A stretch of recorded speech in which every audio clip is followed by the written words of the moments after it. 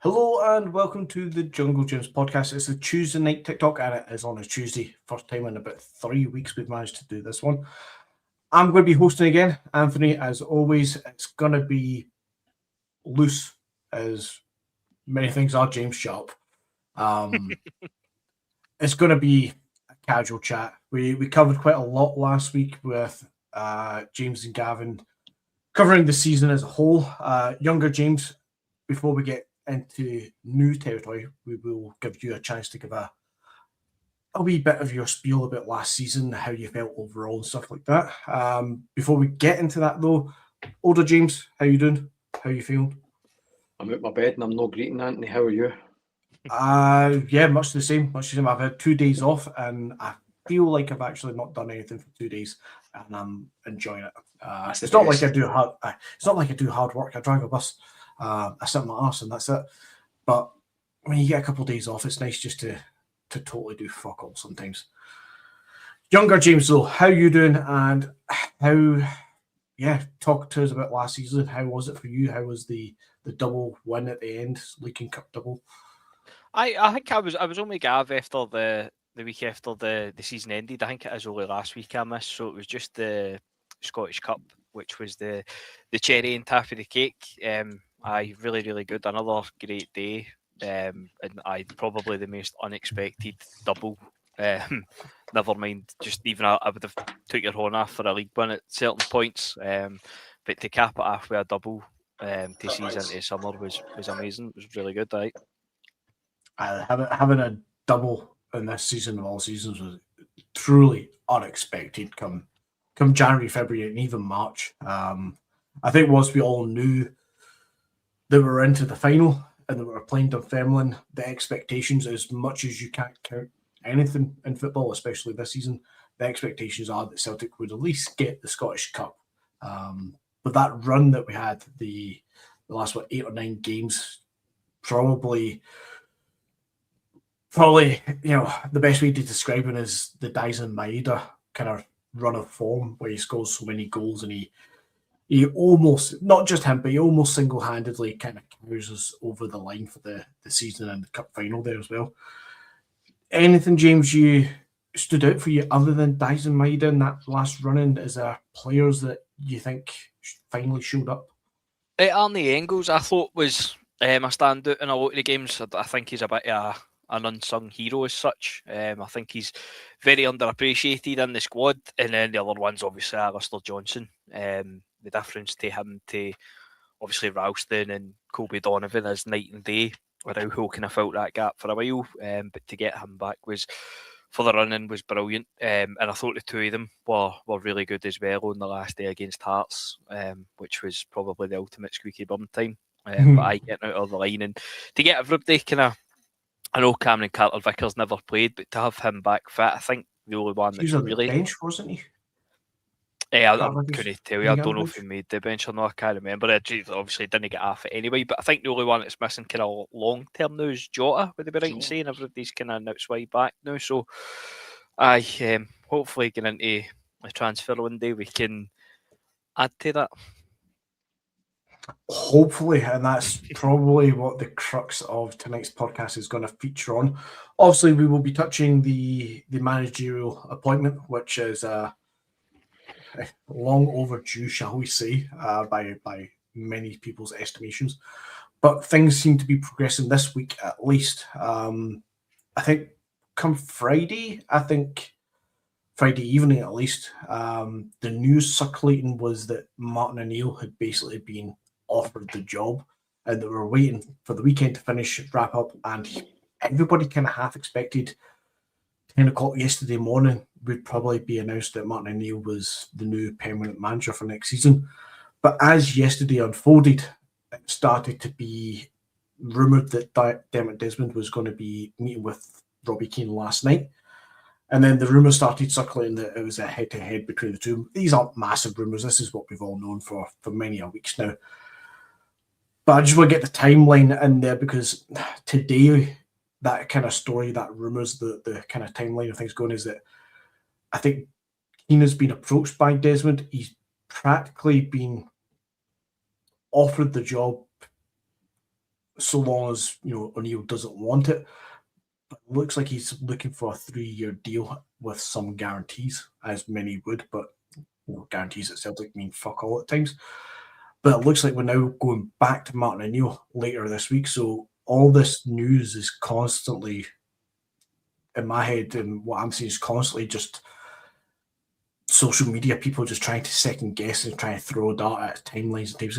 I don't think we're much closer today than we probably were last Friday, which is not to say we're a million miles away, but I don't think we're going to wake up in the morning with an announcement. I think this is still going to trickle on for a few days at least. Older James, where do you sit with the two managers that are heavily linked at this stage, Robbie Keane and Martin O'Neill? Can we get Stefan Bonnes, please? No, your options are what we are. Yeah, we're Celtic. Come on, we don't have many options here. Yeah, see, I know you're being devil's advocate, Andy, but that's why there's hundreds of managers out there. There's ones in work that we could go and say, there's £2 million. We want your manager, right? That's it. £2 million. We want your manager. Massive chat today that we never even spoke to Askew, which whether you wanted him or not, right, is a different argument. But we didn't speak to him. That's to me that's beyond criminal. That's beyond criminal. I think that if I've got to choose one of those two, it's got to be O'Neill. It has to be O'Neill. Keane he'll go the first time somebody flashes his knickers at him. Halfway through next season, Spurs get rid of their manager. Would you think Keane's going to stay here, or do you think he's going to go to Spurs? What his boyhood team? One off. He's going one off. Aye. So my massive concern, or two concerns with Martin O'Neill. What's his style of play? What's his tactics? Because his tactics last season were to let Celtic team play however we played in order to get the points, which worked to a degree. But Hearts and Rangers are not going to stand still this close season. We won the league because they hadn't quite caught up with us. It wasn't that we were good. It was they were pish and we were slightly less pish. We were slightly more consistent when it mattered. James was 100% correct. When Alistair Johnson and Arnie Engels came back in the team, we changed. We started playing a lot better, and when results were needed, we got the results. It was so fine a margin, as you were saying earlier, Anthony. And Hungary was a flip of a coin away from winning the league. Yeah, one game, about 4 or 5 games before the end is what done it for him. I can't say I know that much about Keane, but the one game I watched was obviously when he played Rangers, and they looked good. They looked all right. They well drilled. They played a decent style of football. I just don't want them. I just don't want them. It's got for me. If we've got to choose one of those two, it's got to be O'Neill. But if he signs a 1-year deal, our board's not going to back him. They're not going to give serious money to somebody in order to facilitate the rebuild that we're going to require this close season, because it's massive. You're probably talking 10 or 15 players in and out. It's massive. Oh, easily. And I fully agree with you that the stories and the excuses last summer to not back Rodgers, not that the club ever give us an excuse or a reason, that they let the fans and the media speculate and let narrative run wild. They'll correct the ones that they really want to correct, but they let the rest run wild because it suits their agenda better. Mm-hmm. But last season, that was the excuse, wasn't it? With Rodgers, that we're not going to back Rodgers because he's not committing to any longer than one season now. So why would we, younger James, why would we commit to Martin O'Neill? And would you take Martin O'Neill with the knowledge that we likely won't back him in the way that we need to back this squad, considering the rebuild that we need? I mean, you're thinking if you're backing a manager like Martin O'Neill because he's only here for 12 months, it's going to be a lot of loans and a lot of freebies and a lot of cheap options, surely. Well, that was, as you say, that was the thing last summer. the whole issue with Rodgers that he had a year left in his contract, so we wouldn't back him, which I've said on here umpteen times. I just don't subscribe to that argument. Managers want to work with good players. They'll come in, and as long as there's good players there, then a good manager will get a tune at them. So I didn't quite buy into that argument last year, which is obviously what played out and what we've seen. With the board kind of constantly undermining him with the Adamida transfer. Was it a day after he said that no striker will be sold unless we bring one in, and then the transfer window shuts and we're scrambling about his phone book to get Iheanacho in. But look, out the two of them, I'm definitely taking Martin O'Neill. But it's just so short-sighted. Like you say, even in January, we've seen it. And I know people say if Martin O'Neill comes in, he'll need reassurances, he'll get guarantees for the board. The board have already shafted Martin O'Neill. They shafted him in January. We heard him sitting and he was talking about, was it Gajemis and was the other boy's name's Redzic or something like that we were paying a fee for, and obviously it didn't happen, and January was an absolute disaster. So many loan signings that just didn't contribute at all. And the reason given kind of within our own support was, well, Martin O'Neill's only going to be here at the end of the season, so it doesn't make sense to spend money on him, which again I just don't subscribe to, because we spent the first half of the season under Rodgers, under Nancy for a wee bit, saying if we get to January then we can fix it and we'll kick on. And again, as I said on here as well, you're trusting the same people that got us into the mess to get us out the mess.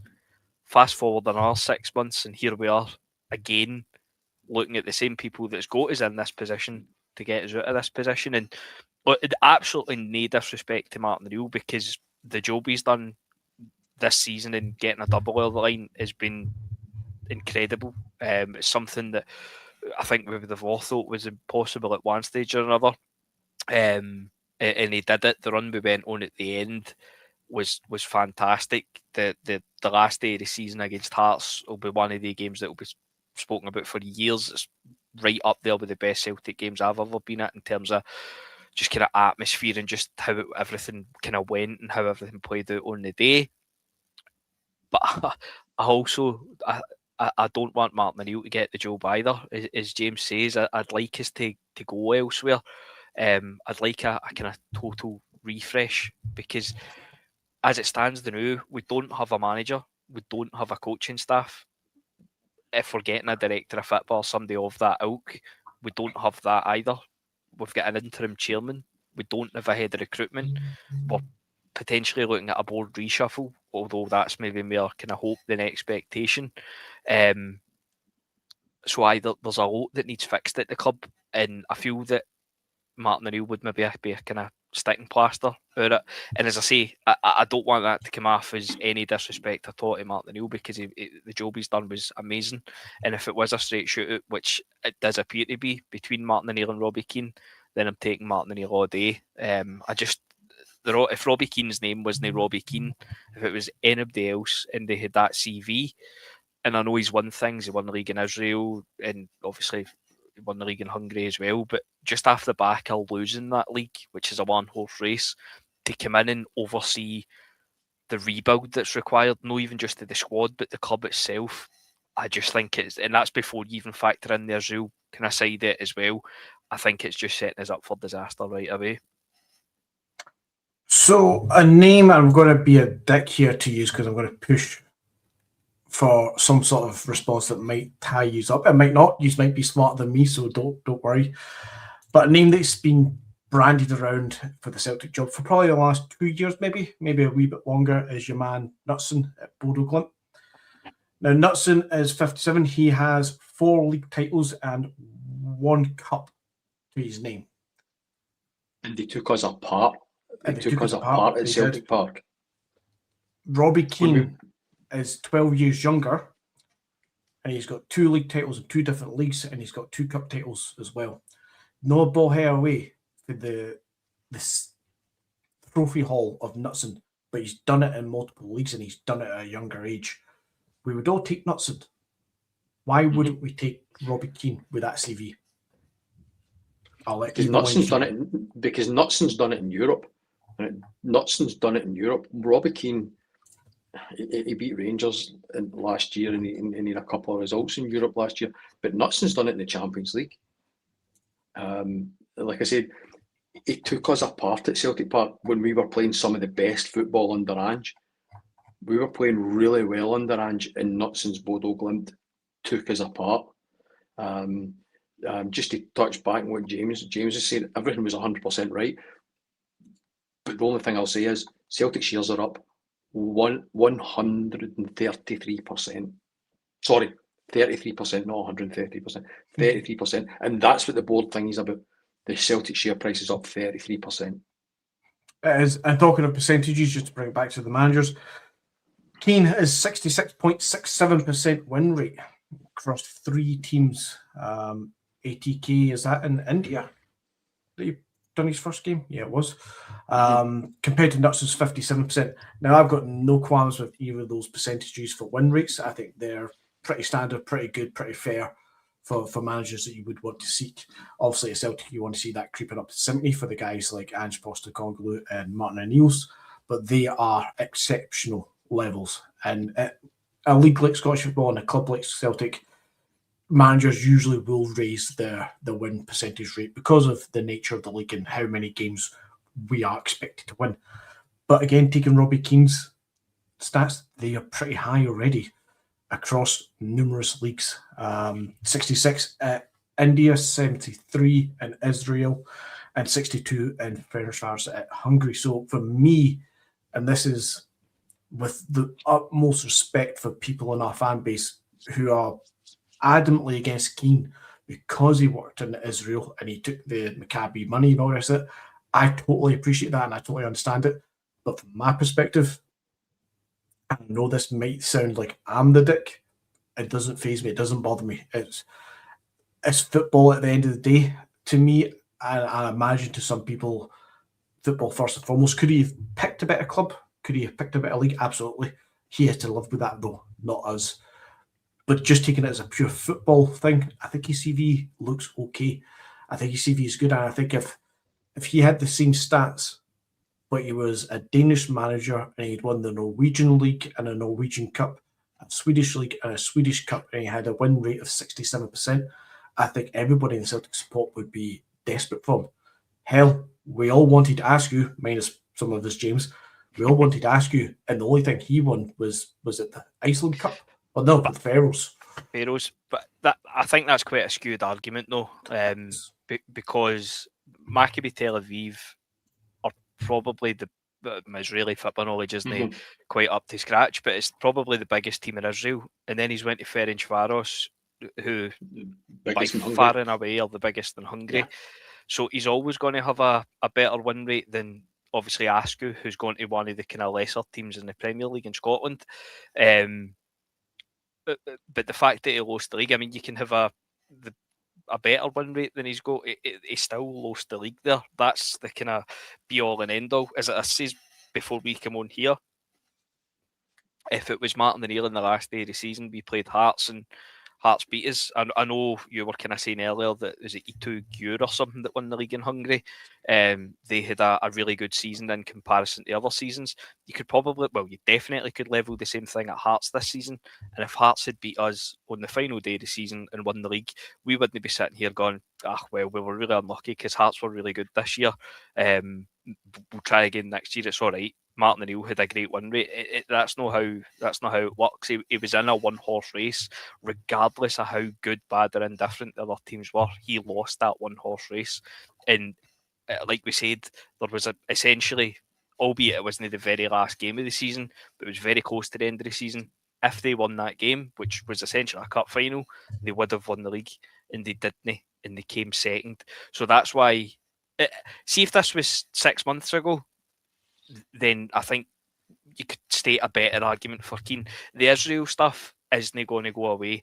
Everybody will have their own opinions on it. People will be just no take to him at all, which is totally, completely understandable. And then there'll be people like yourself that maybe fit was fit, but it was a job he was in and all the rest of it. I kind of fall somewhere in the middle. I wouldn't. I don't think it's the right thing to have done. I personally wouldn't have done it. But if I thought he was this great manager, as Gordon Strachan said, that there's no morals in football. But for me, I just think for the hassle and the baggage that he's going to bring, and like you say, like, there'll be people that aren't asked by the Israeli thing, but there's going to be a majority or a very vocal minority, if you want to say it like that, that will be dead against him for day one. And as much as I'm not saying that we all are, because we all have different views on it, but if you sit here and say how well he did it and he's going to come in, so we need to back him, that's not going to be like that. There's going to be protests, there's going to be probably banners in the first day, maybe up at training. There's people that obviously feel a hell of a lot stronger than kind of me and you do about this, which again is totally understandable. So for a club that have spoke from Martin O'Neill right up to Brian Wilson, for a club that spoke so much about unity, and for how the season ended, with everybody back in kind of singing off the same hymn sheet, and we've seen how it ended, to just rip that up for Robbie Keane, he's won a couple of things, but is anybody really thinking he's going to be the next big thing in football management? I personally don't. I just don't think it's worth the hassle that will bring. I do agree, James. I generally do agree. It's not worth the hassle, and I agree with Elder James as well. If you give me I don't. If you give me a choice of just these two, I actually would pick Keane, because he is the younger manager. He's probably got a more modern approach to the game, and there's a better chance that he's here a little bit longer than what Martin O'Neill would be for one season. There's a better chance that we actually would build the squad up again. Again, purely based on football. He will be a mercenary. He will be gone within 2 years. If Robbie Keane takes the job, he'll have a good season next season, win the league, win one of the cups, possibly get back to enough that we might do okay in Europe. He will then get to the second season, and as it happens all the time, every manager, the funding will get reined in, the support and the backing will be lessened, the signings that we make will be less of a 6, 7, 8 million pound signing and more of a 2, 3, 4 million punt, and they'll get frustrated with it. He'll go into the second season after the transfer window, and it'll be very much like what happened with Rodgers there. He'll be vocal about it, he'll be pissed off about it, and it will be a matter of time about which thing happens first. Will the EPL come calling, a la Rodgers, in his first stint, and he goes to Leicester, or we'll do an Ange and he'll honour at least the season to get out the second season, and he'll just wash his hands to Celtic in the summer and he'll fuck off to somewhere that will willingly take him. I don't see him lasting more than 2 years, because the inevitable of how we operate as a football club will eventually kick in. I seriously think you underestimate the Israeli kind of thing. I honestly, as soon as he comes in, I know you're saying we'll win the league and all that. It's going to be toxic. Aye, yeah. And like we've seen, I mean, it turned, obviously for totally different reasons, but it turned fairly quickly under Nancy. I was at Tannadice the night we get beat. That wasn't a nice atmosphere, no. And we seen it kind of half time. Well, the second half of the Rangers game at New Year as well. Obviously, the kind of game that got him sacked. This will be worse than that. And as I say, for a club that spoke so often about unity, even just in the last few weeks, I think we'll be looking back on the good old days of last season if we appoint Robbie Keane, and we'll see. I know there's the quote for Dermot Desmond talking about, what was it, if he takes council, he'll go with the kind of unpopular opinion, obviously kind of paraphrasing there, but this is that playing out in real life. And I honestly, I don't think you can sit here and say, we'll sign the players we need to sign, he'll get back. They probably will get back, because if he comes in, he will be Dermot Desmond's man. But I don't think if we appoint Robbie Keane, I do not think we can sit here with any certainty and say that we'll win the league next season and Robbie Keane will still be in charge come next summer. Because I think the feeling, purely based off the Israeli thing, I personally don't think his CV is strong enough to get the job, the same as I thought with Wilfred Nancy. But when you factor in the Israeli thing, as I say, I just do not think it's worth the hassle and the baggage. we've got three different, not totally different views, right? But three different points of view. Because Anthony, you're saying this doesn't matter. James is saying it matters. I'm not saying it doesn't matter. No, maybe I'm being too thingy, right? Because I respect everybody's opinion, right? But I am in the camp that James is talking about. We all know where I stand. I'm way in that camp, right? The fact that he took money for Israel, I don't want anything to do with him. I really don't want him. If he comes in, and I'm probably not quite as radical, because if he comes in, then he's a Celtic manager, but he's getting nothing in the bank, right? He's getting nothing. It's like when Ange came in, he had credit in the bank. When we lost a few games, people weren't getting on his back. People were, because they could see what he was trying to do, and we were. But if he comes in, the first couple of bad results he gets, it'll be. And as James also said, it might not even take that. It might be right for the start. It might be right for the start. I just can't see it ending well if we bring him in. I do agree. Don't get me wrong, guys. At no way am I being naive to the Israel debate and the issues that will bring amongst the fans themselves. And again, I'm maybe not as active, vocal, or passionate as some people would be with pro-Palestine movement and stuff like that. There's not a movement. That is the wrong word for it. Yeah. It's well beyond that. I am 100% on that camp, but it's not something that I proactively contribute to. If that's the best way I can maybe try to think of it on the spot. But I totally support it in the same way. You know, a lot of Celtic fans, and this is a wee bit of a stereotypical of Celtic fans because we're all not one and the same, but a lot of Celtic fans do support independence for Scotland. They support, one Ireland, unite the counties. We support the Basque region, the Catalan region for sovereignty and independence, and we all support Free Palestine and all this. I am totally on board and in support of that. And what's happened in the last couple of years, especially in the Gaza Strip and all the rest in Israel, in that area, in that territory, it's disgusting, it's shocking, it's genocide, it is absolutely unreal what's been allowed to happen in that area. I'm not for 1 minute being naive to it, but purely in a football sense, given these two options, Martin O'Neill and Robbie Keane, I would take Robbie Keane. But I'm with you, James, what you said earlier on as well. We shouldn't be looking at these two options. They shouldn't be. This should not be a case of who does Desmond know and who can he throw his money behind. This should be the board, if it was set up properly, scouting across at least all of Europe, if not the world, to actually find a candidate. You're talking, 35 leagues in European football, 20 clubs in each top division and then second and third divisions. You're talking hundreds, if not thousands, of coaches here.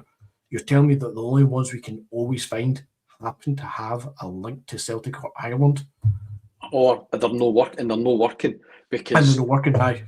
Brendan wasn't working second time. Ange wasn't working. Eddie Howe wasn't working when we courted him for so long. Brendan wasn't working when we took. When was the last time we actually? I think right. So Tommy Burns, we got him for Kilmarnock. Since Tommy Burns, how many managers have we got that we've actually had to go pay money for? There will be some. I know there will be some, but I can't think off the top of my head. But it's like there's countless managers out there, and there's no way we were going to get Iraola, right? That we're not going to get somebody like him. But no, this season, but we would have 3 years ago. 100%. That's what I was going to say. We interviewed him for the job, and we decided. Did we? Well, we've all been told. We've all been told we did. We've all been told we did. He was my choice. He was my choice for them because we'd all had a wee look in a recession. You were talking about guys like Maresca before he went to Chelsea, obviously. Areola. You're talking about Rodgers coming back. Yeah, Marco Rose as well. Of course, he loves him. Areola was my pick. 100% was my pick because you could see his style. Was it Rayo Vallecano or Valladolid? Vallecano's it. You could see his style that was coming through. You could see he was an up and coming coach. The Spanish 100%. player and all the rest. He would brought that, that professionalism, the modern athlete, the energy, the tempo, the health, all the rest of it. He brought all the good stuff that, in my books, if a club the size of Celtic, and this is the same actually for Ferencváros, and this is something you could probably, depending on how you want to paint it, you could criticise or belittle Robbie Keane for, being at clubs like Ferencváros where they do dominate leagues. You can put in a guy who just knows how to organise his team and get the best of them, and they'll win the league at Celtic. And this is why I kind of think that Keane will win the league next year anyway, because as long as you're not a complete fucking utter moron or Nancy, where you're going to completely wildly change a setup and play mad mental fucking defensive football, if you just come in and be sensible and proactive and modern, you'll win a league with Celtic. It's not that fucking hard. No 100%. disrespect to the rest.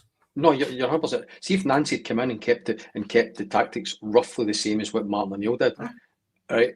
And just kept the players. The rumours that I heard is Martin O'Neill basically didn't change anything. He basically asked the players, "How do you want to play this to win the league?"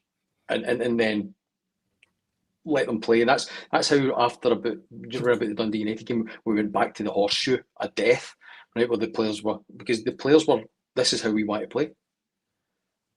This is how we want to play. Yeah, we might have had to pay for Mowbray. That's true for West Brom. I think Mowbray was one a couple of years. Aye. But, you know, when was Mowbray? Mowbray was 20 years ago nearly. 2009, 2010. Right, so not kicking the arse off 20 years ago. Anyway, but I think that I think it's like drowning in a vat of piss or a vat of shite. That's kind of what we're, and that's no disrespect to Martin O'Neill, because I love Martin O'Neill, right? Martin O'Neill was he came in and he saved us in 2000, and it was just he brought Sutton, Hearts, and right? So I loved Martin O'Neill, but he's 74 years old. He's 74. He's not doing projects. His words. No, he's not doing projects. His words were actually, I'm maybe being a bit dickish there. His words are not, he doesn't do projects. In the sense that he's never done it before. And he never done projects his first time at Celtic.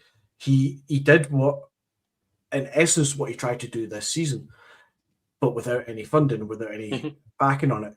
He simplified it all. He brought in players when he first came into Celtic who were quite clearly good players, but had lost their way in the game to some degree, had maybe fallen on hard times, had maybe picked the wrong club as the last club they went to, and they didn't quite hit the ice. I think you could argue that you could see that in guys like Svan Scar. How did I fuck his name up? Yeah, you're right. And even Adamian stuff, where it's players who 2 or 3 years ago were on that trajectory. They were the age and the time where we would have taken a £1-2 million punt on, but they went to a club, didn't hit the mark, and knew they're trying to find their way in football again as 24, 25-year-olds. We kind of did that with likes of Sutton and Hearts and stuff like that before, but we did it back then with more proven talent who had an extra year or two. They actually proven it a few years before, whereas Svankar, he didn't really prove it, outside of Gladbach. Anyway, either way, Keane, O'Neill, somebody totally left field. Somehow we wake up and we realise that we actually have a recruitment team who can actually look for talent. Sorry, James, I'll let you button before I move on. No, I was just going to say that this is kind of what I was trying to say in the group chat earlier. For me, I think probably as soon as Wilfred Nancy gets it. Well, actually, I checked this earlier, so obviously I've not mentioned it, but I've got a bet on Robbie Keane at 14-1, and I looked at it earlier, and we on the Celtic website, we put the statement out that Nancy had left at 8 minutes past 3. I placed my bet at 19 minutes past 3. That's how obvious I kind of felt the Robbie Keane appointment was. Obviously, he's been on to lose the league since then. With Ferencváros, but I think that this has probably been the plan all along to get Robbie Keane in, and that's why the names we've just mentioned there, Marco Rose, Areola, there was a guy that's just took the Ajax job that was Girona. Is it Miguel or Michel? One of them. The guy, was it Stankovic, was kind of loosely linked the last time. You Des Buckingham fucking spotted at Glasgow Airport going in a stag do, was linked for the job. There was these kind of thinking outside the box type names. Kevin Muscat was even mentioned. There was these names. There was rumours about different names. Since Nancy left in January, we've had. I'd take Askew. Nah, I wouldn't take Askew. Askew's done all right, but that's us saying that. There wasn't any rumours. There's never been any rumours. So I think that since day dot, that we've always had our eye on Robbie Keane, but Martin O'Neill winning a double essentially threw the spanner in the works, whereby they've probably thought that O'Neill would want to go off into the sunset, get back into retirement at the end of the season. But if he's turned around and went, I really enjoyed that, and I think I could go again for another season or two, that's probably something that they haven't accounted for.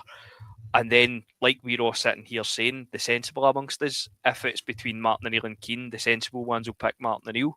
Thanks. But I genuinely think this has been the plan all along. And for want of a better phrase, Martin O'Neill winning a double will have thrown a spanner in the works for them. And the fact that we're kind of basing it on an if, but if he does want the job for another season or two, then if the choice is out of the two, for me, it's an absolute no-brainer, considering the kind of full picture. It has to be Martin O'Neill. I'm going to bring up your new man at Ajax in a second, because as soon as you mentioned his name, I like to find out how realistic could that option have been for Celtic, especially when it's clubs like Ajax, Real Betis, Portos, whoever, the usual crops of clubs in that kind of sphere. We should be challenging them, and we should be looking at if they can get a manager of X caliber, Celtic can get a manager of X caliber. But before we get into that, I just want to mention, you were saying about obviously the timeline of how we got to now. Why is it taking 6 months for us to only start talking to O'Neill? What if O'Neill did lose the league before the split? Had we done no work until this point? Has no work been done in regards to finding the manager? Has all the eggs been in the basket of Robbie Keane all this time? And all of a sudden we're like, Keane, hold on a minute there. We actually want to talk to the 74-year-old again. And now we're sitting in a position where we, Celtic, are waiting on a 74-year-old. And this is no disrespect to Martin O'Neill as much as it's going to come across that way. We're waiting on O'Neill deciding if he wants to go for another year. We shouldn't be held to that moment to decide, wait and see what O'Neill wants to do. We should be saying, O'Neill, you're the guy who's going to lead this club forward for a year. You're the guy who's going to get us into the Champions League. You're the guy who's going to get us into the knockout stage. You're the guy we're going to bankroll with £50 million. You're the guy who's going to build on his legacy, and by the end of it, that statue's going up in front of Celtic Park. We shouldn't be questioning ourselves and waiting for an answer. We should be giving him the job. Take it or leave it, Martin, if that's what we want. But if we wanted Keane all along, and that's always been the plan, which I don't disagree might actually be the case, then why are we dicking around about it? Just, again, give Keane the fucking job. Because we won the league. Because we won the double. He's 100%, James is 100% correct. That's why Scott Brown and Johnny Hayes were heading out to Hungary before the split. They were heading out to Hungary before the split. That's all been done. James is right. They've been thinking, right, Martin O'Neill will lose the league this year. It'll be a gallant failure. He'll go out in the sunset, and then Robbie Keane will come in with no big boots to fill because we've lost the league. No real massive expectation. He'll come in. We'll back him. We'll give him funding. I don't think 50 million looks at it. Incidentally, because I think when I said we need to change 10, 15 players, it's no 10, 15, 2 million, 3 million pound players. It's like we're going to spend proper money on some players.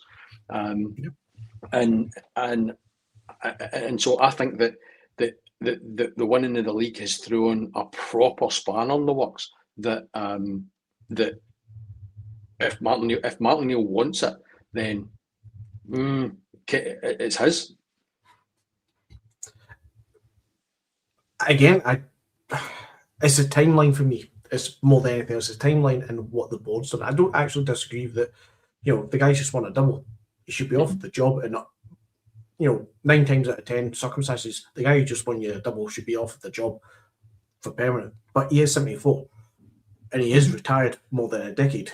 That needs to be taken into consideration, and the style of football that gets played, etc., etc.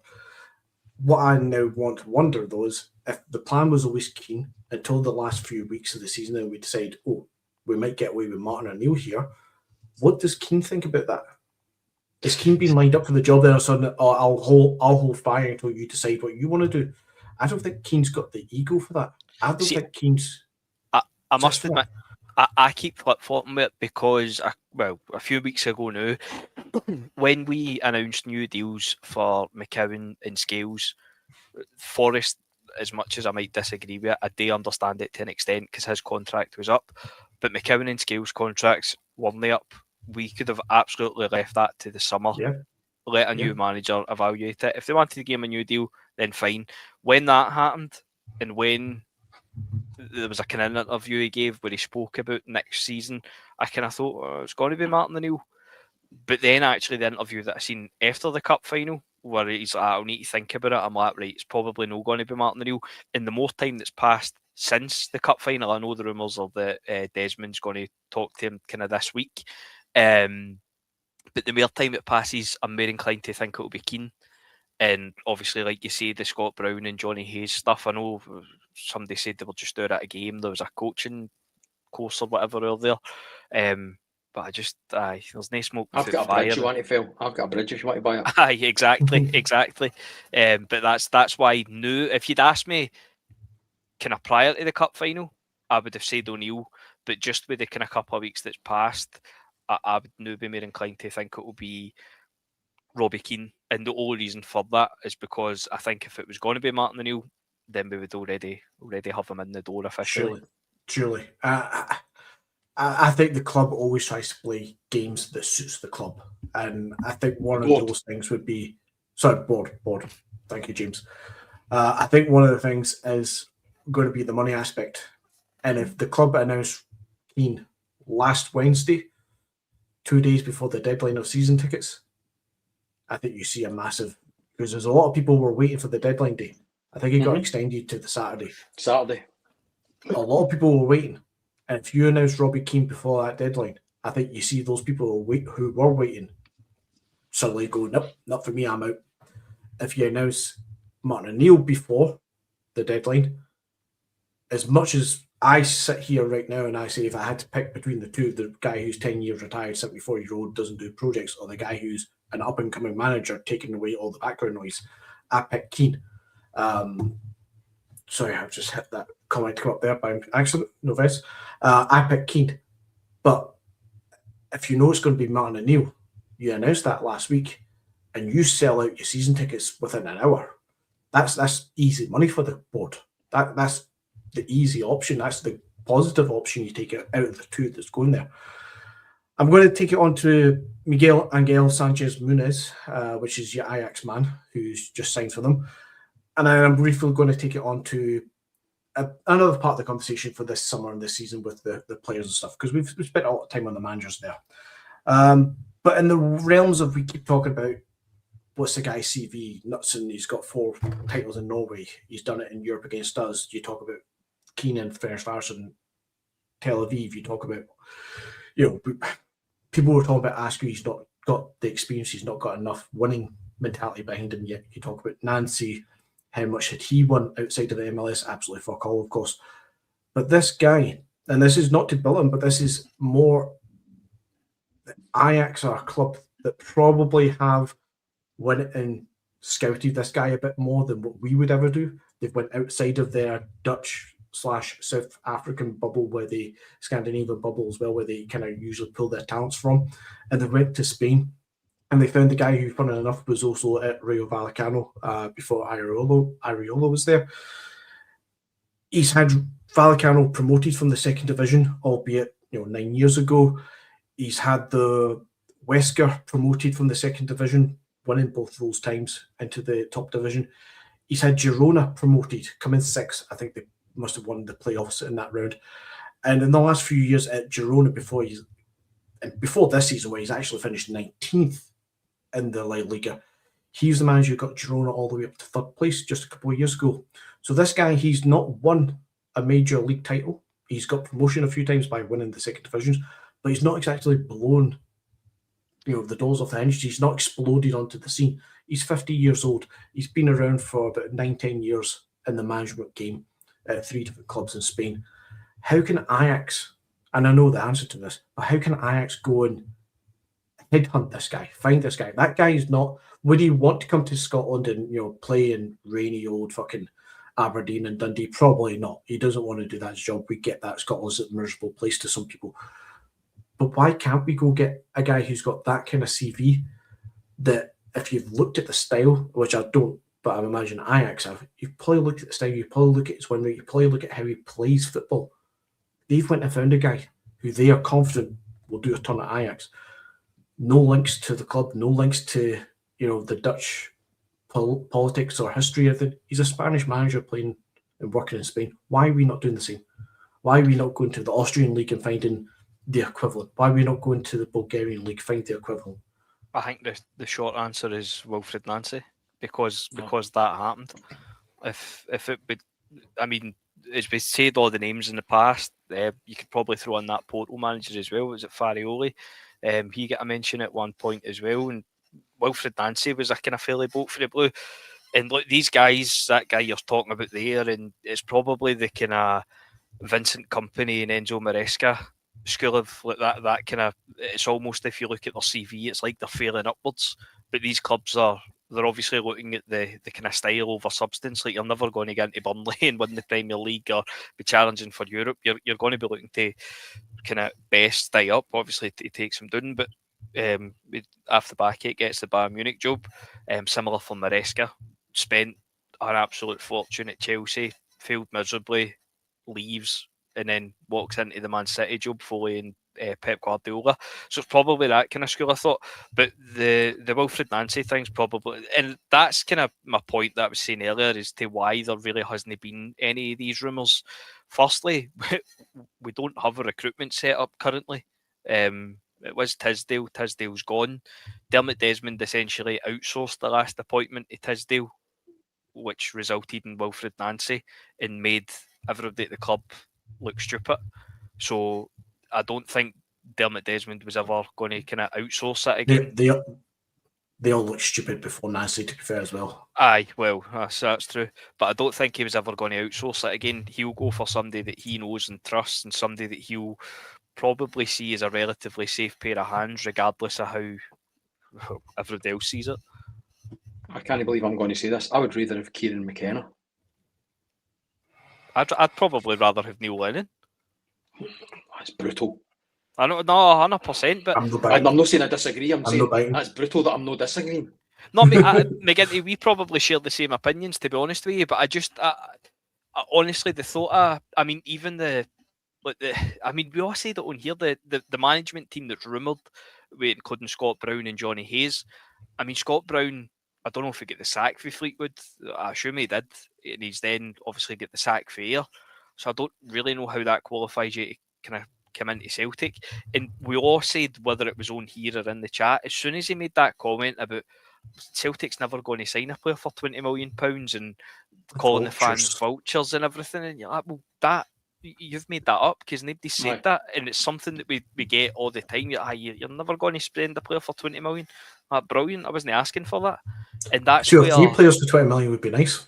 Aye, but that's funny enough, when we done that last time, we got to knock out football in Champions League against Bayern Munich.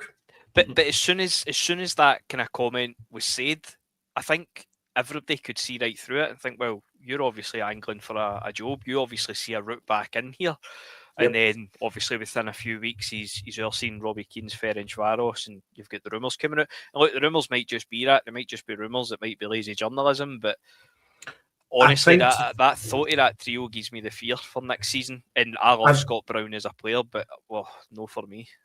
I believe the official reasoning for Brown and Hayes being over in Budapest at the time was because of the UEFA coaching situation that was going on there. I don't know if it's badges were getting handed out, if it was a seminar that we were doing. I think it was more of a seminar lecture thing that was happening in Budapest, because that's where the UEFA Champions League final was. I think that's why they were there officially.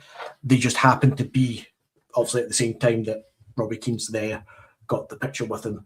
Would they have been nudged to go and speak with Keane go see him, pals.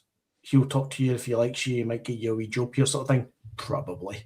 But it's going to be what it's going to be. I think as much as we can sit here and discuss it, argue, debate, pat each other on the back, the guys in the comments, I'm reading them all. Thank you all for being here. It's been a good chat in there as well. But no matter how much we all talk about it, none of us have a say in the matter. We all know what's going to happen. We all see how it's going to pan out. We've said about it so many times. It's not going to change, no matter how many times we speak about this. And the next topic is not going to change anything either, but we're social media, we're a podcast. This is what we do. We rant, we rave, we get this off our chest, and then we go again next week, no doubt. I'm going to bring a couple of screens up just now, though. This is what I predict with the players that have just left, be it all the loan deals that are coming to an end, assuming that the guys who are out on loan due to come back to the club aren't going to play a part, and a couple of guys that I assume will be sold. Your Hatatis, your Engels, Maeda, that kind of sort. This is what I see, and this is the first page. I've got another one to come up as well, is the potential lineups that we've got going into this new season. You're looking at Sinisalo and goals, Johnston at right back, who potentially is one who might get sold as well. Carter Vickers, Thrusty, Tierney, McCowan, McGregor, Nigren, I'm keeping there, even though there's talk about him potentially being sold as well, purely because he's been here for only a year, and if we do sell him, literally we have two fucking midfielders, so I need to at least have a third midfielder. Yang to Netke, again because of the long-term injury to Jota, and Osmond is the only striker we have. We do have Kenny and Yamada out on loan. I don't think anybody's expecting them to play any sort of part in the future. We'll take that one off. We'll bring up another one in a second once I get the doodads to start doing the thing. Share screens. Where are we? Bring this one. This is the backup lineup sort of thing. There's not many there, guys. You're looking at Duhan, the third choice goalkeeper for this season, which I've said many times I don't understand the point of that one. Ralston, Murray, Scales, and we don't have a left back. We could count Adam Montgomery at 23 years old, who's just forever getting loaned out, but I think we all know he's not required at the club. We don't have Stephen Welsh. He has been released today. We all know that, I believe, so far. We have 0 other midfielders because we're expecting Bernardo, Hatate, and Engels to be sold. We have Forrest at right wing, and we have Balakwisha as the only left wing option. Again, Jota's ruled out because he's out till December. And again, no other strikers. That is a really poor lineup. That's your 22 players. They all need to be filled, those positions, plus another 5. Guys, that's poor in my eyes. We talked about it last week, James, with yourself. Where's the priority in the squad? Younger James will bring it to you to start the conversation in this sense. What do you see? Not so much the priorities, but how do you see this squad shaping up? Assuming whatever manager takes over, just how do you see this summer transfer window? That's the 22 players that we have a lack of players, actually. It's no far off just rip it up and start again, to be honest with you. There's already a couple of players that I would be disappointed to see leave. Sinisalo, I think he's done well enough when he came in. I personally would like us to go out and sign a number 1. I think Sinisalo's got kind of Zaluskasm in the sense that I always think him as being a good number 2, but probably no good enough, at least yet, to be number 1. Centre back, in my opinion, we need a centre back, possibly 2. I'd maybe look to loan out Dane Murray. Scales is going to be here. He's just getting a new deal. I think we can do better than Trusty and Scales. Carter Vickers hopefully can return to being kind of reliable, and that solves that issue. But probably at least one centre back. Centre mid, we're going to need essentially a full new midfield. I wouldn't be surprised if Nigren left. I know you kind of kept him in the team there, but I mean, we've needed a holding midfielder. I'll try and not say his name, but we've needed a holding midfielder in a certain mould, in a certain mould for a while. Oh God! But when you consider like the guys that's leaving the building as well. I mean, Callum McGregor's even get question marks out of him this summer if he'll be here. So the midfield, you literally are ripping it up and starting again. And there, the wingers, Taneke, I'd take ginger bolts for him. He's in the Mikey Johnson camp for me. Yang is just, obviously he's got his new deal, so he's going to be here. I think Yang would be all right as a backup. I can't believe I'm saying that after where I was kind of even 6 months ago. But Yang would be all right as a backup. I don't think he can be a starter. So immediately you're looking at two wingers, and that's before you even look at squad depths, considering Balikwisha's still going to be here. Up front, personally, I wouldn't give Iheanacho another deal. I know it's kind of similar to Oxlade-Chamberlain. Folk will say if we can get him fit, if we could get him fit, they wouldn't be signing for Celtic on a free at the ages there. I think that's it for the wages that primarily Oxlade-Chamberlain will command as well. I don't think it's worth it. I'd rather see it spent elsewhere. So I'd be looking to bring in a number one striker. I'd be happy enough with Osmond as being a backup, but I'd also like to see us bring maybe a kind of a third choice kind of project type in, because Johnny Kenny will be away, I'd imagine, if Bolton take up the option on him. So that is a absolute bare minimum. That's a goalkeeper, a centre back, about 12 midfielders, 2 wingers and 2 strikers. I think you're right, and Nygren likely to be sold as well. McGregor, I said last week, I wouldn't be surprised if Rodgers has already spoken to him, and the way that McGregor was speaking during the season there as well, less so at the end of it because things were taking an upturn. He was starting to sound a lot like Brendan Rodgers. Back the squad, or lose me. And I wouldn't be surprised if Rodgers has turned to him at some point and says, McGregor, if you want out, I'll bring you to Saudi. He's getting on a bit. He'll make a payday out of it. He'll do Rodgers a turnover there. The thing is, though, this is totally our own doing, though, because, I mean, how long have we needed to replace Kyogo for? And then we sold Dida, and you bring Kelechi Iheanacho in for a season. The midfield's needed an overhaul for a while. We've never had a kind of holding midfielder for years. We've always kind of half-arsed it with like Abelgard and Iwata to kind of play that role.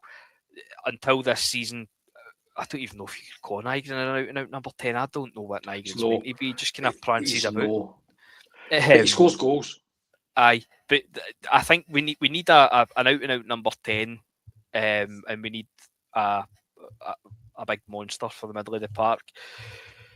Definitely need 2 wingers. I don't think, like we were saying before we come on here, like what Martin O'Neill's had to run with since January, even including the January signings, it has been a team full of squad players by and large, when you factor in obviously the injuries that we've had for the most part as well. So it really isn't for after it, I'm starting again. And this summer that we're facing in terms of the positions that we've just rounded off, entirely preventable for me. The only one that you could maybe cut some slack for would be the goalkeeper. Obviously having Schmeichel and him retiring, we'll probably end up fucking replacing him with Craig Gordon or something in the summer. So that will take care of it for another 6 months. But we're no far after that, Martin, starting again. This is where, if it wasn't for the fact I'm hosting, you could call me naive for what I'm about to say almost. This is a perfect opportunity for a proper rebuild, in the sense that by our own doing, of course, but the squad is getting ripped to shreds because of what we've done to allow it to get here. It's almost like we don't need to do anything to get rid of wages. I'm picking that up from what you said a minute ago, James. When you look at I keep saying 22 players, there's no 22 players there because there's a lot of empty spaces, but that 2 backs of 11, there's only 2 or 3 players in there, Callum McGregor, Tierney, possibly Vickers, that are going to be on 30 to 40 grand. The rest of them, knowing how we operate in the wage structure, Forrest as well, maybe up there in the high 20s, 30s, but Taneki's going to be on 7,000 or 8,000. Johnson's only going to be about 14,000. McCowan is going to be barely touching double figures. Nygren, double figures, maybe 10 or 12,000 a week. Yang, possibly with his new deal, has went into double figures as well. We don't traditionally pay a lot on wages. A lot of our squad players do sit in that anywhere between 7 and £13,000 mark as well. A lot of our squad players sit, and that's what's left. It's just a bunch of squad players. You look at it, Scales, he's not breaking a bank. Murray is going to be on a pittance. Doohan, a pittance. Ralston, a pittance. Balikwisha, as much as we spent 5 million on, probably imagine he's 12,000 at best. Osmond, he's going to be a couple of grand. Sinisalo, likewise. We don't spend a lot of money on wages. There was a podcast not long ago, Sports and Business, whatever it was, we've talked about it a couple of times on here, where they analysed the wage that we pay our players sits somewhere, I think they said about 30% of our turnover, whereas most other clubs, they're pushing 50, 60, with 70 being the limit for UEFA's version of FFP, PSR, whatever it is they call it these days. We are miles below it. And considering you're going to lose the wage of Maeda, Hatate, Bernardo, Engels, who I imagine Engels would have been on a decent wage, you're going to free up Oxlade-Chamberlain as well now. Iheanacho, of course. The space for wages and the headroom that we've got, even within our shitty structure, is going to be massive. But the headroom that we should have in a well-operated club is massive. When you consider that you've got, you're going to bring in circa 50 million for the guys who are getting sold. You're going to be bringing in UEFA Champions League money. We still have, depending on how you want to look at the season just gone of not making the UEFA Champions League, we're still going to have circa 65, 70 million in the bank at some stage. We have money where we could, in an ideal world, this is naive because I know it's not going to work out this way, you could bring in a manager, the whole setup, and you could really invest in this squad and really push this on and take this opportunity to say, right, we fucked up, start again. But who's going to do that? Aye, that's so you're right. So you're right. I don't think you're naive. I think you're right that this is the perfect time for that. But who's going to do that? Who's got? We've got a chief executive that doesn't answer the phone for fucking weeks on end, right? People try to phone him. I know, and we've got no scout. What's the guy? What's the Spurs ex-Spurs manager? He's one. Here's our chief scout down in England, Pete. David Platt? No. David Platt? No, not Platt. He was a Spurs manager years ago. So he's like fucking eating. Aye, he scouts for Spurs and us. And what can you say about both of those teams? Right? A lot. You can compare them a lot, not in a good way. We've got. Who's going to do it? Is Robbie Keane going to come in and rip everything up and bring in his own? Because we've got no functioning medical staff as such, right? We've got no. We need throw-in coaches. We need set-piece coaches. We've got Scott Brown and Johnny Hayes. Hopefully Fozzie to give people high fives, and that's no disrespect to Fozzie because he's done a brilliant job, right? But and in Martin O'Neill's first time around, there was the three of them. There was Robertson, Walford, and Martin O'Neill. All right, there was the three of them, and it's the same here. He's got Sean Maloney, he's got Fozzie, and that's he's got the same type of thing. But I just. I'm no negative. I'm a very glass half full type, right? Because see, to be honest, everything that we've said, you don't actually need to be that good to win the league in Scotland. We've proven it this year because Hearts and Rangers were done, and we were just a wee bit better done, right? So you don't need to be good, but Hearts and Rangers will push on this year, right? They will get better. We just need to get, and I've always had the worry that that's our board's mantra is just to be that wee bit better than Rangers and anybody else, so that we can keep getting that champ. And we all know this. See if we had pushed on after Brendan's second season when we took Bayern Munich to the last couple of minutes. Now, I don't think we would have beaten Bayern Munich if we'd taken them to injury time because our players were because our players were dead in their feet. We were creating nothing, and they were just pummeling us. But we took Bayern Munich to the crux of extra time to knock them out of the Champions League. Right? All it would have taken was a wee bit of extra. It wouldn't have even been much. A wee bit of extra bout, and we could have done something. And our board were so short-sighted. They would have rather lost the league this year than give Brendan Rodgers the backing that he needed to take the team to the next level. They would rather have lost the league this year than do that, and that is utterly criminal for me. But wait a minute, share price is up 33%. That's the thing. If we weren't going to back Rodgers, who the fuck are we going to back? Exactly. We didn't back Neil in January there. Who the fuck are we exactly. back? We're no exactly. with this up that we got. But I still live in the hopes and the dreams of the world that we actually might stumble in to do something correct one day. Doubtful. Very, very fucking doubtful.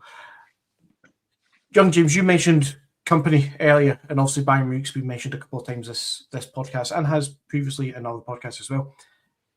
Company is, and Bayern is the prime example of how a club should be run. Now, of course, the scale and levels between Celtic and Bayern Munich are astronomical. We should not be spending the money that they do. Nobody's suggesting that. Scott Brown, we're not asking for that kind of level of spending, trust me. But a well-organised club with sporting directors of football, whatever you want to call them, with all the coaches that they have, 30-odd goalkeeper coaches, James, you know the story. If you've got it all at the background, that it's not, because we spoke about this years ago when Rodgers first left, and his first stint, he ripped the whole backroom team out. He took them all with him, and we were left with nothing. And we've actually not fixed that problem since. We keep not fixing it. But Bayern Munich is a prime example of a great club, along with all the other names of clubs that we keep mentioning, that everything is set up, that they go and headhunt Vincent Kompany. Now, it's not a massive headhunt. Everybody knows who Vincent Kompany is in the football world, but they've not just signed Vincent Kompany because he's a big name and a personality. They signed him because he believes in the football that he plays, and it marries up with what Bayern Munich want to do.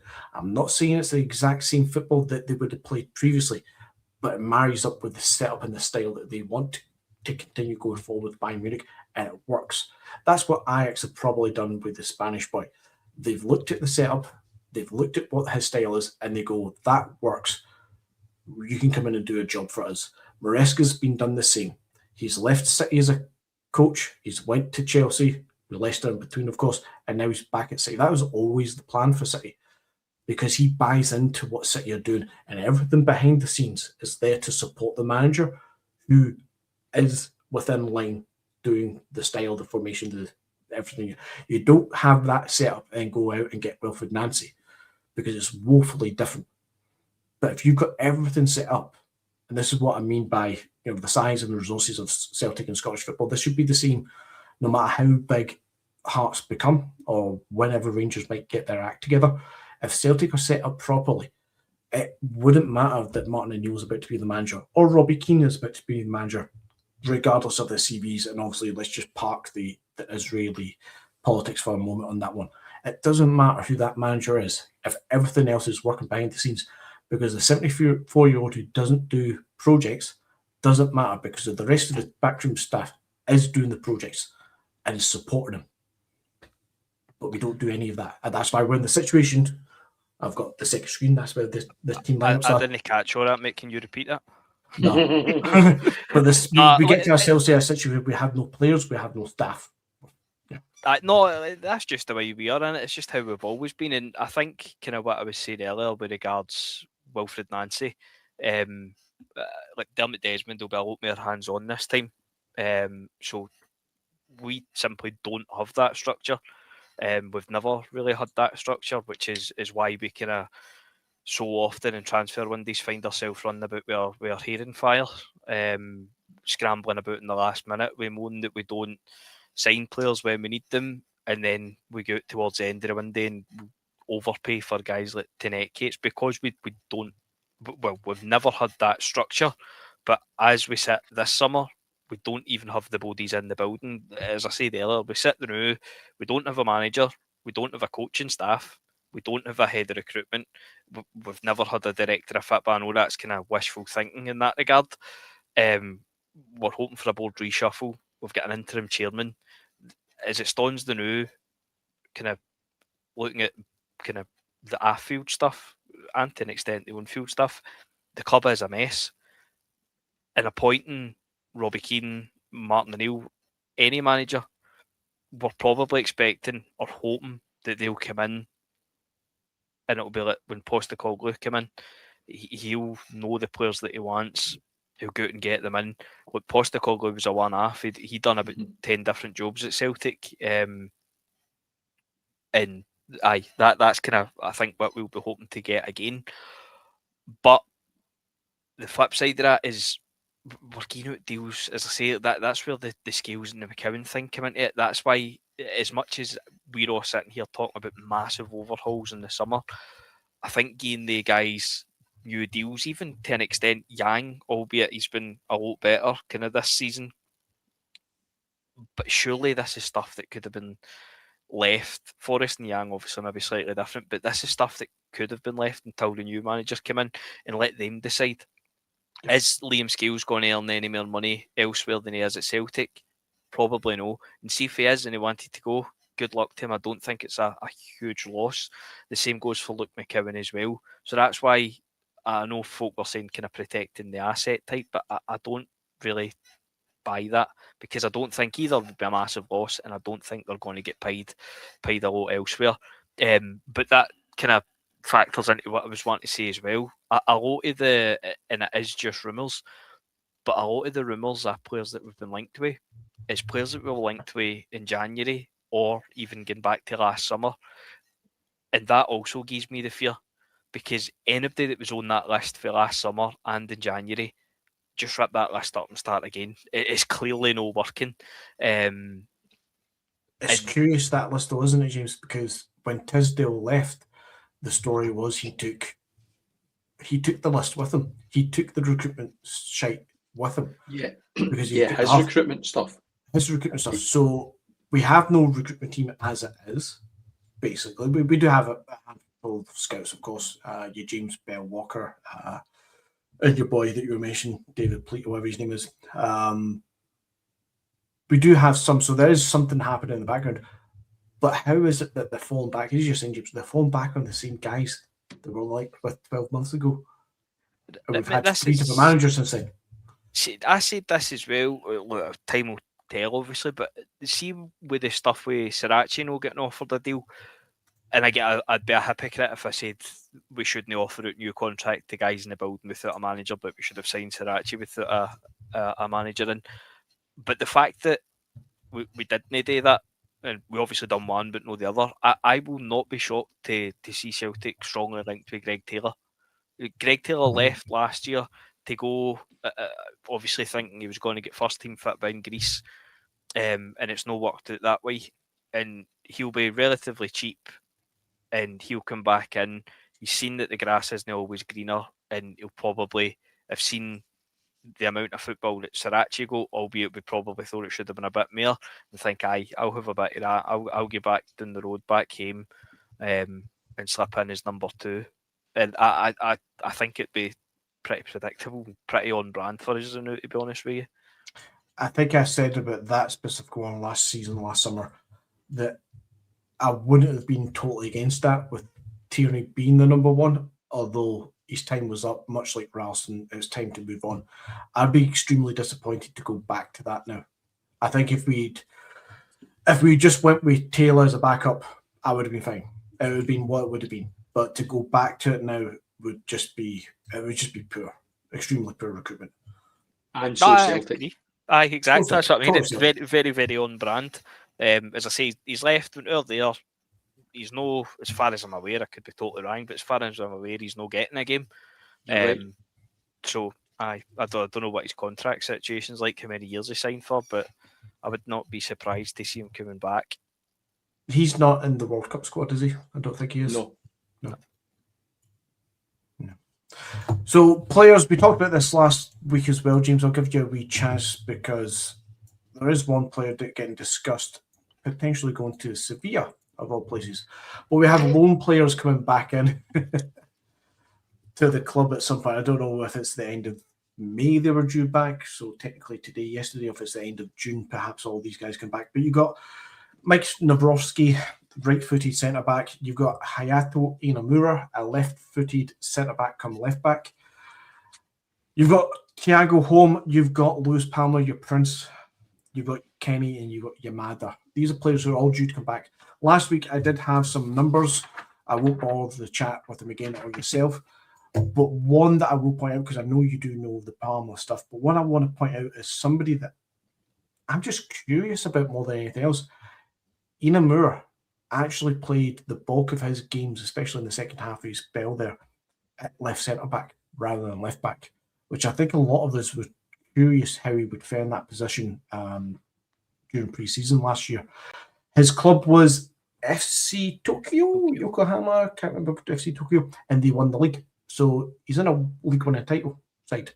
Another one in that kind of ballpark, but not quite curious enough about him, is Nawrocki. Actually played quite a lot of games in the tail end of the season there, and I think they were, if I remember correctly, I think they were 2 points off getting promoted. So they gave a fair crack of it in the second division in German football, and I believe he was part of the run that looked like they were going to get there, but just again, last game of the season they just missed out on automatic promotion and lost out on the playoff by 2 points. That was the drift between like second and fifth place or whatever it was.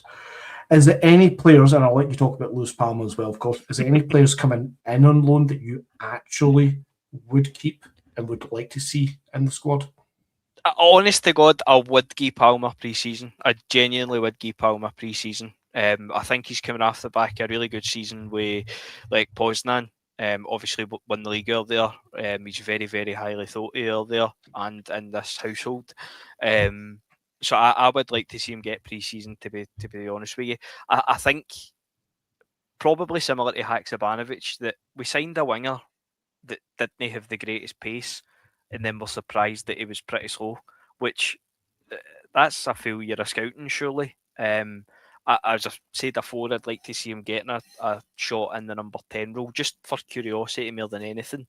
But outweigh that, I liked Mike Nawrocki anytime he played. I don't think he looked a bad player. I actually thought at one point he should have been starting out of the options that we had. But I think that ship's sailed now. I think he'll be wanting to go elsewhere. I think probably the law, Palmer included, be wanting to go elsewhere. But I wouldn't mind getting a look at Palmer pre-season, and you could probably throw in Nawrocki and Inamura. I think Nawrocki will want to move on himself, but I think Inamura would maybe obviously want a crack to stay in Europe before he kind of heads home. And granted, albeit it was a very, very small sample size, but he actually looked all right. Was it Livingston he played against? And he looked I had all no right, qualms so. beating him. Again, you look at Greg Taylor had moved on at that point. We didn't have Srirachi either at that point.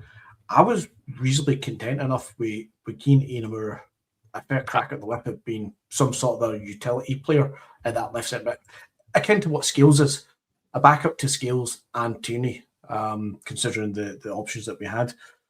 Again, older James, we discussed it last week. I will not need you to go into too much depth and let you bore yourself, but by all means, with those kind of names of lone players and fitting into the squad that we look like we're going to have, anybody you want to take a second look at? Inamura as a young boy, and like you say, he didn't look horrible when he played, and he came on as a sub in a couple of games. He wasn't shockingly bad, but that was classic Brendan Rodgers at that point. He was throwing people in and then discarding them, and it was shocking man management for somebody that's probably rightly considered to be one of the best man managers that there is about. Is that also though the Rodgers, I didn't sign this guy, so I'm no blaming exactly. I mean, how many times did he do that, right? I mean, how many times did he do that? So that's what I think about. Mike Nawrocki's one of those guys. I agreed. And Lagerbielke, both of them done very little wrong when they were in here, and they just couldn't get a sniff. Me and James just don't agree on Palmer. I understand what you're saying. Put it frank. I think so. But your opinion's as valid as mine. 100% as valid as mine. I think that see a winger, to me, a winger has to have pace. If you're not going to, if I've not got pace to actually go past somebody and hit a byline, or go past somebody and cut inside, then they're not actually a winger. And I had massive hopes for Palmer, right? I can show you group chats where when he signed, I was because see some of his clips in his YouTube channel, I thought this boy looks good and he's got a cracking dig on him, and he scored some excellent goals. He hit some brilliant dead ball stuff as well.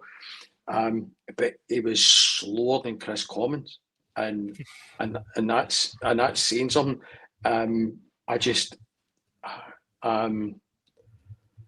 But he did score that goal against Motherwell.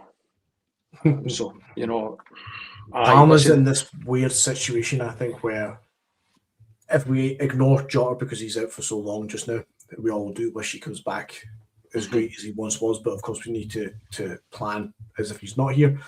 Your left wing options are Tenetke and Balikwisha, I think they're both infinitely worse than Palmer. I totally agree. But what I think is, see if you've got Palmer, Tenetke, and Balikwisha, you've then got 3 impact subs, right? Because I think Tenetke is nowhere near good enough, but he's almost passable coming on for the last 30 minutes when we seen him playing in games when he came on as a sub, when Maeda had ran them ragged for 60 minutes, and then Maeda went inside one to the centre forward, and Tenetke came on as a sub, and then somebody had been working with Maeda bombing back and forward, then had Tenetke being tricky and pay, and he had that was when he had his better games. But that's damning with faint praise, because even he wasn't brilliant then, but that was when he had his best games. Balikwisha is an empty jersey, and so Palmer better than Tenetke? Probably, but the best dressed man in Albania. See, to be fair, see if Palmer come back in. I don't think Palmer will make it at Celtic as a winger, because, like you say, when you think of Celtic wingers, you think kind of pace, trickery, getting by people. That the pace isn't Palmer, definitely. But I think, and I'm not by any stretch comparing him in terms of ability, but when you think of like a number 10, like Lubo Moravcik, Tom Rogic, like you said, Chris Commons, and as I say, I am not comparing the two, but in the sense that neither they were all kind of tricky, good ball control, could have a decent shot, but they were by no means quick. And that's why I'd like to see Palmer get a wee go in the number 10. I think he could be good in there. Could be miles off it. He could stink the place out if we ever do get to see it, which, to be honest, I don't think we will.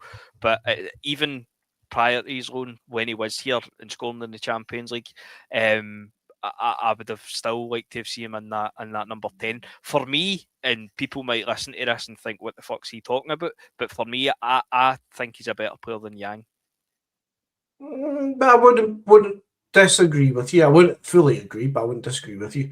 I would take Palmer's one of these ones. See if we had Jota fully fit, perfectly healthy, fully fit, no issues, and you had the equivalent of the 6 months Kuhn at peak form. If that was your starting left winger and your starting right winger, and your backup options was Palmer and Yang, I wouldn't be too upset about that. No, I think that'd not be quite fine. But it's when the rest of the wingers that we currently have, Tenetke, Balikwisha, Forrest, and that's only because of his age and he's losing his legs. He can't do 90 minutes anymore. You're now asking guys like Tenetke or Palmer, if he was to come back in, to actually be your star winger. They know that. No. I would actually, I think I saw a couple of these goals for Poznan that he scored them like really quite centrally. Could you see him as a striker, a false 9 kind of striker? That would be the 10 that James was talking about. 10? That would be the 10. That line. That would be the 10 that James is talking about, more because that's the thing that we were talking about Nygren for this season, because Nygren's not a midfielder. He's not a centre mid in his life. But see, when you look at his stats, I put that into the group chat earlier on. He scored more league goals than Shankland, more assists than Shankland, more shots on target than Shankland, more big chances created than Shankland, and yet we're all led to believe by the media. We're all led to believe that Shankland's this mythical football player, and yet we're all saying and Grin's no good enough. Because we're entitled and we're spoiled. Yeah, and we want every player to be worth £20 million. Nygren, for me, like a lot of midfielders, when I say that, I mean Hakati and Engels more than anything else. They're great players, but I've said it for ages. I know the two of you have agreed with me on it. If they were in a proper midfield that had proper balance, they would be even better than they are just now. But we don't have the luxury of having, say, Hatate. He has one good game, 3 average games, 2 poor games, 1 good game again. We don't have the luxury of allowing Hatate to be like that because the rest of the midfield is so disjointed, so unbalanced. We don't have the luxury, as weird as it says, because obviously stats do say otherwise, but we don't have the luxury of having Nygren in the midfield because he's not doing anything that controls the midfield. He's not dominating the midfield. He's a luxury player that sits around that 10 position, that breaking into the striker role, that falling back to the right wing when he needs to. He's a luxury player that will get you those goals. He's not going to work for the team, but he's going to make that movement. He's going to have the intelligence to be in the right place to finish or move off if you need him to. And that's a problem for me, for the whole midfield, and we said it last week as well. I think everybody in the dub will be saying it. The midfield needs so much work. I mean, the front line does as well when you consider Osman's the only striker left now. But that midfield needs so much work, and it is through our own faults. But now's a great time to actually say, right, fuck it, let's back this squad. Let's back whoever the manager is. You have heard your board before, haven't you? Yeah. I've heard of them. We don't hear from them, but yeah. I've heard of them.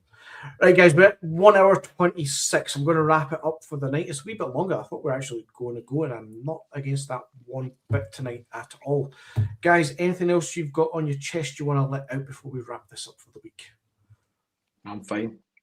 2 weeks ago was good, wasn't it? It was brilliant. I'm still getting them into my Twitter feed. I'm still getting the videos in my Twitter feed and see the roar when Maeda scored. It was unbelievable. It was that was nearly 3 weeks ago, and I'm still getting goosebumps when I see it.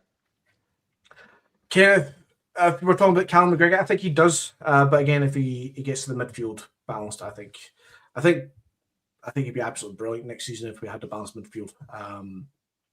His legs are going a little bit, but I think he's still got the smarts if you play him properly. You stop asking him to be the 6. You stop letting him be a third centre back at times. If you get him to play a midfield role, I think he's still got a couple of years in him easily. There was something I was going to say there. I can't remember what I was going to say. It's something you buy Elliot Watt and play Elliot Watt beside him. No, you don't. You don't buy Elliot Watt. No. Elliot Watt's outstanding. Christ.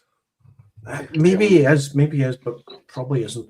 We also shouldn't be buying about fucking 8 SPFL players from fucking, what is that here today, that apparently Celtic have been gazumped by Hearts for Calvin Miller. Calvin Miller, who we released a few years ago.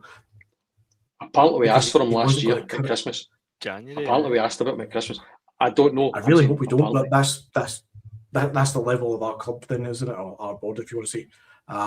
Because the answer is not, I'm not saying these players are individually bad, but the answer is not signing, Mashwinisi, Just Watt, Devlin, Miller, flooding the team that's already got Yang, Tenetki, and McCowan with another 6 versions of these guys isn't the answer. We need to flood this team with 6 versions of Alistair Johnson, Jota, Carter Vickers. Give me more of that calibre of level. And Norman Booker and Adamu or Shinchara. I'm trying to ignore those ones. They're all okay, fair, aren't they? Fuck. That's what I was going to say to you, James, as well. You mentioned, obviously, older James about Twitter stuff and people meltdowns. I should use social media more, and guys in the comments do add the podcast that's on Twitter and stuff as well. I should use it a lot more, but I actually logged in the day just before setting this up, and you come across a couple of meltdown posts, and it's hard not to reply to and just kind of nudge them over the edge. It's brilliant. It's glorious. It's been glorious. Guys in the chat, thank you very much for being here again. Some good numbers again this week. I like when I see some positive numbers and great chats. Minus one guy who eventually did get banned. We're sorry about him being in the chat. But thank you for being here. If you've not already subscribed, liked, and all the rest of it on the channel on YouTube, please do. And we shall hopefully see you next week. But again, like I said last week, we're not going to hold ourselves to weekly over the preseason. Wee bit ad hoc, but we'll see how we go. Guys, hail. Hail.